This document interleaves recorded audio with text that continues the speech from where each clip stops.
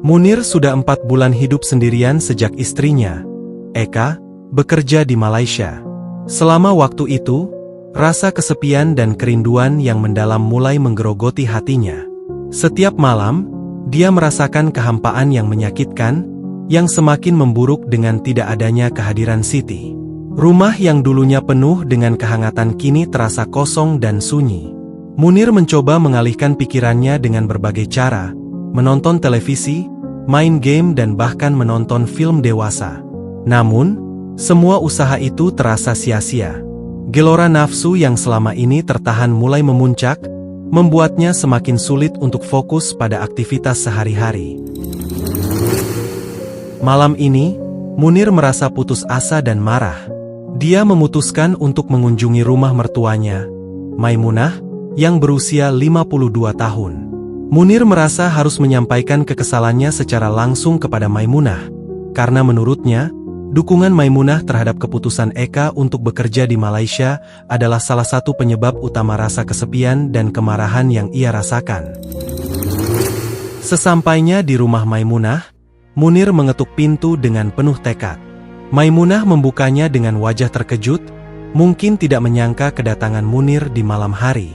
Akhirnya malam itu, Munir dan Maimunah terlibat dalam pertengkaran hebat. Munir merasa tertekan dan kesepian karena Eka yang sedang bekerja di Malaysia, datang untuk mengungkapkan kemarahannya kepada Maimunah. Dia merasa keputusan Eka untuk pergi bekerja di luar negeri telah meninggalkannya dalam keadaan emosional yang sangat sulit. Maimunah, di sisi lain, merasa bahwa Munir tidak sepenuhnya memahami alasan di balik keputusan Eka. Maimunah percaya bahwa Eka bekerja keras untuk meningkatkan kualitas hidup mereka semua, dan merasa bahwa Munir tidak menghargai pengorbanan tersebut. Sebagai ibu, Maimunah merasa tertekan dan tersinggung oleh tuduhan Munir yang dianggapnya tidak adil. Munir, dalam keadaan marah, tidak dapat menahan emosinya lagi. Tiba-tiba dia menghantam dada Maimunah dengan keras. Tekanan emosional yang mengendap dalam diri Munir selama ini pecah dalam bentuk tindakan fisik yang tidak terduga. Maimunah terjatuh ke lantai dengan keras, terkejut dan kesakitan. Dia menampar pipi Maimunah dengan keras, menyebabkan wanita itu terhuyung. Dengan penuh amarah, Munir segera menyeret Maimunah masuk ke kamar tidur. Di dalam kamar yang remang-remang, suasana menjadi sangat menegangkan. Munir berdiri di depan Maimunah dengan ekspresi wajah yang dipenuhi kemarahan dan ketidakpuasan yang mendalam. Suasana menjadi mencekam, dengan cahaya lampu yang redup menambah kesan suram di ruangan tersebut. Maimunah, yang masih terguncang oleh kekerasan yang dialaminya, merasa ketakutan yang mendalam. Hatinya berdegup kencang, dan air mata mengalir di pipinya saat dia melihat tatapan mengancam Munir. Dia merasa sangat tertekan, seolah seluruh dunia sekitarnya runtuh. Munir, yang tidak menunjukkan belas kasihan, memaksa Maimunah untuk memberitahukan di mana dia menyimpan uang dan perhiasan emas. Suara Munir terdengar kasar dan penuh tekanan, menciptakan ketegangan yang semakin meningkat. Maimunah, dengan tubuh bergetar dan suara bergetar, akhirnya menunjukkan lokasi penyimpanan uang tunai dan perhiasan emas. Maimunah dengan penuh ketakutan membuka lemari tempat dia menyimpan barang-barangnya. Munir, dengan tatapan marah dan keputusasaan yang tidak tertahan, mengumpulkan uang tunai dan perhiasan emas yang ada di dalamnya. Suasana di kamar semakin suram, dengan setiap gerakan Munir yang cepat dan tegas menambah rasa tertekan yang dirasakan Maimunah. Maimunah, meskipun dalam keadaan lemah, mencoba untuk melawan. Rasa putus asa dan kemarahan membangkitkan kekuatan tersisa dalam dirinya. Dengan tangan yang gemetar dan hati yang bergejolak, Maimunah mencakar tubuh Munir dalam upaya untuk mempertahankan dirinya. Namun, Munir yang sudah terbakar oleh kemarahan dan frustrasi tidak menunjukkan belas kasihan. Merasa terganggu oleh perlawanan Maimunah, dia dengan cepat membekap tubuh Maimunah, memaksanya tertekan ke lantai. Dalam keadaan mencekam dan penuh kekerasan, Munir terus menjepit leher Maimunah dengan erat, menyebabkan wanita itu kesulitan bernapas. Suasana di dalam kamar semakin mencekam, dengan udara di sekitar terasa semakin berat. Maimunah berjuang dengan sisa tenaga yang ada, Tetapi setiap usaha untuk melawan terasa semakin sia-sia. Seiring waktu, Maimunah semakin kesulitan bernapas. Wajahnya memucat dan matanya mulai terlihat kosong karena kekurangan oksigen. Meskipun ia mencoba melawan dengan sekuat tenaga, cengkeraman Munir tetap kuat dan tak terputus. Akhirnya, dengan napas yang semakin lemah dan tubuh yang semakin tidak bergerak, Maimunah meninggal dunia. Munir, yang merasa campur aduk antara kemarahan dan kepuasan, melepaskan cengkeramannya dan mundur dari tubuh Maimunah. Maimunah tergeletak di lantai dalam keadaan terlentang dan sangat mengerikan, sementara Munir berdiri di sudut ruangan. Munir, yang telah lama ditinggal istrinya, Eka, merasakan tekanan emosional dan fisik yang semakin meningkat. Kekosongan dan keinginan yang dipendam selama berbulan-bulan tanpa kehadiran Eka telah menumpuk menjadi gairah nafsu membara yang kuat dan tak tertahan. Dengan beringas ia menerkam tubuh Maimunah yang sudah tidak bernafas. Ia melampiaskan nafsu brutalnya kepada Maimunah mertuanya yang sudah menjadi mayat sampai puas sepuas-puasnya. Di kamar lain, Ella, adik ipar Munir, terbangun dari tidurnya karena suara-suara aneh yang datang dari kamar Maimunah. Rasa penasaran dan kecemasan mendorongnya untuk memeriksa keadaan. Ketika Ella membuka pintu kamar, pemandangan yang dilihatnya membuatnya terkejut dan ketakutan. Melihat Munir berada di atas tubuh Maimunah yang tergeletak di lantai dalam kondisi yang sangat memprihatinkan, dengan keadaan tanpa busana, Ella langsung merasakan teror yang mendalam. Kejadian yang terjadi di depan matanya sangat mengejutkan dan mengerikan, membuatnya tidak bisa menahan rasa takut dan paniknya. Suara jeritannya yang penuh kepanikan memecah kesunyian malam dan menggema di udara. Dalam kebingungannya, Ella melompat dari satu tempat ke tempat lain, terus meneriakkan permohonan bantuan dengan nada yang sangat terguncang. Sementara itu, Munir, yang terjebak dalam keadaan marah dan panik, berlari terbirit-birit keluar dari rumah dalam keadaan setengah telanjang. Dalam kepanikan yang melanda, ia sempat mengambil sebuah handphone dan sepasang anting yang ditarik langsung dari telinga Maimunah sebelum meninggalkan tempat. Munir juga tidak berhenti di situ. Dia segera menuju garasi dan mencuri motor milik Maimunah yang terparkir di sana. Dengan terburu-buru, dia mengendarai motor tersebut menjauh dari lokasi, berusaha untuk menghilangkan jejak dan menghindari tertangkap. Para tetangga, yang terkejut dan khawatir mendengar teriakan Ella, segera bergegas menuju rumah tersebut. Mereka memasuki rumah dan menemukan Maimunah dalam keadaan yang sangat memprihatinkan, tergeletak di lantai dalam kondisi yang memprihatinkan dan tanpa kehidupan. Mereka segera menghubungi pihak berwenang, berusaha memberikan bantuan pertama sambil menunggu kedatangan petugas. Apa motif tragedi ini bisa terjadi? Mari kita selami kasus ini sedalam mungkin. Syah Munir, 45 tahun, adalah seorang pria pengangguran dari Desa Sukaraja, Tanjung Tiram, Batubara, Sumatera Utara. Munir dikenal sebagai manipulatif dan tidak bertanggung jawab. Selama 2 kali pernikahannya, ia tidak pernah bekerja, sehingga istrinya yang menafkahi dirinya. Kedua istrinya akhirnya bercerai karena tidak tahan dengan keadaan tersebut. Munir juga pernah terlibat dalam kasus pembunuhan di Riau dan dijatuhi hukuman 12 tahun penjara. Ia bebas pada tahun 2019 setelah menjalani masa tahanannya. Setelah bebas dari penjara, Munir tidak memperbaiki dirinya dan tetap menganggur, menjadi beban bagi keluarga. Ia kemudian bertemu Eka, seorang wanita dari Dusun 10, Desa Bagandalam, Tanjung Tiram, Batubara. Meskipun tidak diketahui bagaimana mereka memulai hubungan, mereka jatuh cinta dan memutuskan untuk bersama. Keluarga Eka, termasuk ibunya, tidak setuju dengan hubungan mereka. Mereka khawatir karena Munir adalah pengangguran yang tidak bisa menafkahi istri dan anak-anak dari pernikahan sebelumnya, serta pernah bercerai 2 kali. Namun, Eka tetap memilih untuk bersama Munir, berharap ia akan berubah setelah menikah, dan tidak terlalu memperdulikan komentar negatif tentang Munir.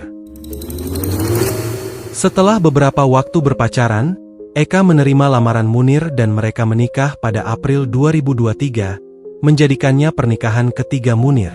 Eka berharap Munir akan berubah dan menjadi suami yang bertanggung jawab, serta mencari pekerjaan untuk memenuhi kebutuhan hidup mereka.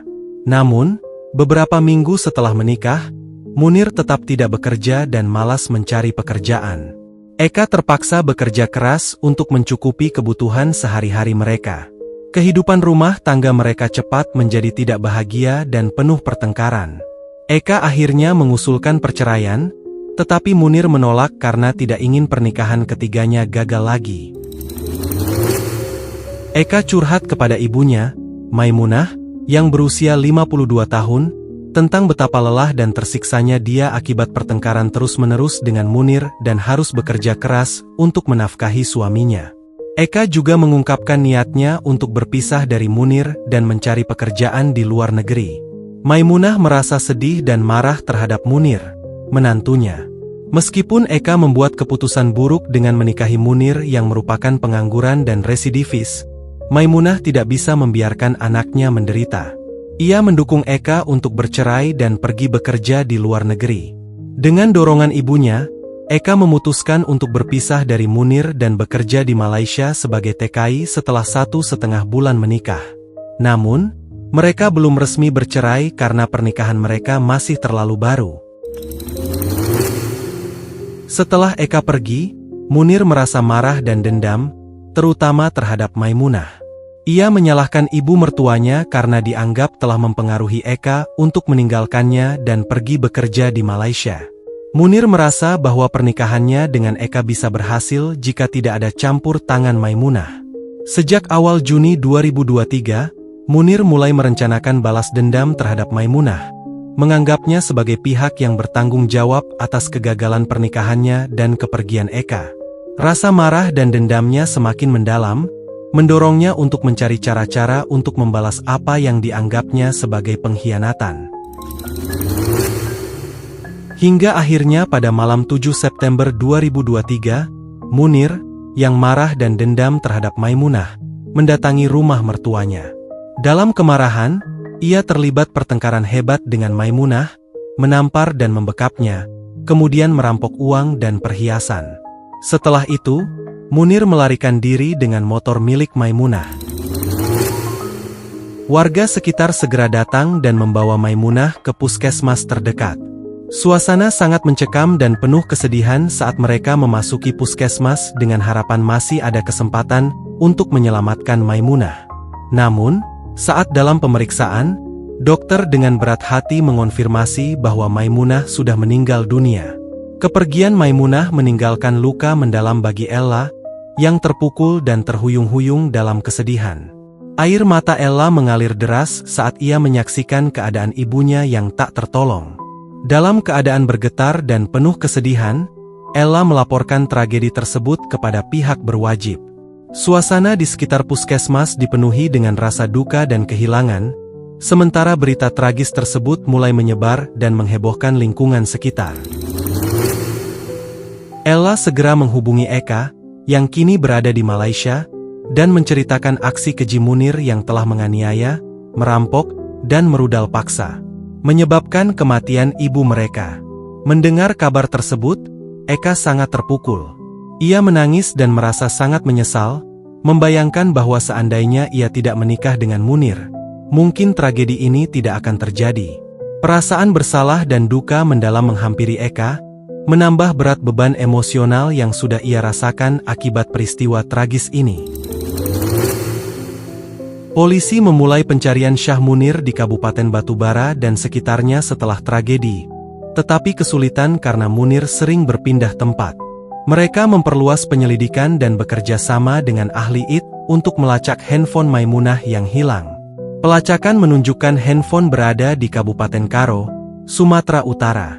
Polisi fokus pada wilayah ini, mengumpulkan informasi dari warga dan memeriksa berbagai lokasi untuk menemukan Munir dan menangani kasus dengan serius. 4 hari setelah kejadian, polisi berhasil melacak dan menangkap Syah Munir di Kecamatan Brastagi, Kabupaten Karo. Suasana penangkapan sangat mencekam, dengan ketegangan yang tinggi karena Munir berusaha keras melawan dan melarikan diri. Dalam upaya untuk menghentikannya, polisi terpaksa menembakkan tembakan peringatan. Suara tembakan menggema di malam yang hening, menambah suasana mencekam yang telah menyelimuti kawasan tersebut. Satu tembakan melesat dan mengenai kaki Munir, menyebabkan dia terjatuh dengan jeritan kesakitan yang menembus kesunyian malam. Darah mulai mengalir, dan Munir merintih sambil berusaha meraih kaki yang terluka. Suara teriakannya bergema di sekitar area, menciptakan nuansa horor yang mendalam. Di bawah cahaya redup dan suasana yang tegang, Munir diborgol dan dikelilingi oleh petugas yang siap menghadapi kemungkinan perlawanan lebih lanjut. Dengan tertatih-tatih menahan sakit, Munir terpaksa dibawa ke rumah sakit terdekat. Dalam perjalanan menuju rumah sakit, darah masih mengalir dari luka tembakannya, meninggalkan jejak darah yang menambah suasana mencekam dan seram. Setelah kondisinya stabil, Munir dibawa ke Polres Batubara untuk mempertanggungjawabkan perbuatannya. Dalam interogasi, terungkap bahwa Ella, adik iparnya, adalah target pertama Munir. Pada 16 September 2023, Munir meminta Ella untuk datang kepadanya dengan tujuan untuk menggaulinya, tetapi Ella menolak. Akibatnya, Munir merencanakan untuk menggauli ibu mertuanya, Maimunah, sebagai gantinya. Pada jumpa pers 19 September 2023, Kasat Reskrim Polres Batubara, AKP Elisa Simarmare, mengungkapkan bahwa motif Munir adalah dendam setelah ditinggal istrinya, yang menurut Munir dipengaruhi oleh mertuanya. Munir adalah residivis kasus pembunuhan di Riau yang dibebaskan pada 2019. Dalam wawancara, Munir mengaku menyesal tetapi membantah penggunaan narkoba. Munir dijerat dengan pasal 365 ayat 3 tentang pencurian dengan kekerasan yang menyebabkan kematian dan pasal 285 tentang pemerkosaan, dengan ancaman hukuman 15 tahun penjara. Penyesalan Munir dianggap tidak meyakinkan, mengingat rekam jejak kejahatannya sebelumnya.